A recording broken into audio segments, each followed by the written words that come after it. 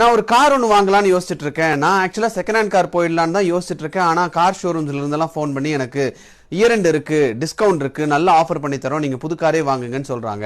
So இப்போ நான் second hand போறதா இல்ல புது கார் வாங்குறதா எனக்கு ஒரு கன்ஃபியூஷன் இருக்கு. அப்படின்னா நீங்க வாங்கக்கூடிய காரினுடைய அதிகபட்ச விலை பொதுவா எவ்வளவு இருக்கலாம் அப்படின்னா உங்களுடைய 6 மாத சம்பளம் வரைக்கும் இருக்கலாம். உதாரணத்துக்கு உங்களுடைய ஆண்டு சம்பளம் 10 லட்சம் ரூபான்னு வச்சுக்கோங்க.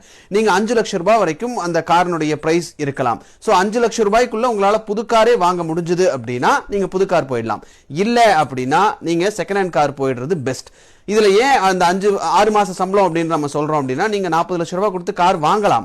ஆனா அதுக்கு வர மெயின்டெனன்ஸ், பெட்ரோல், ஃபியூல் சார்ஜஸ் எல்லாம் அப்புறம் வரக்கூடிய காலங்கள்ல அது ஒரு மென்டல் பிரஷரா மாறிடும். ரெண்டாவது, செகண்ட் ஹேண்ட் கார் வாங்கும்போது ஆஸ் யூஷுவல் அந்த கிரைட்டீரியாஸ் வச்சு நீங்க கவனிச்சு நல்ல காரா பார்த்து வாங்க வேண்டியது ஒன்று இருக்கு. முக்கியமான விஷயம், செகண்ட் ஹேண்ட் கார் எடுக்கும்போது நீங்க லோன் போட்டு வாங்காதீங்க. ஏன்னா லோன் போடும்போது செகண்ட் ஹேண்ட் காருக்கு இன்ட்ரெஸ்ட் ரேட் ரொம்ப ஜாஸ்தியா இருக்கும், which will be equal to ஒரு பர்சனல் லோன் எடுக்கிறதுக்கான இன்ட்ரெஸ்ட் அதுல வந்துரும்.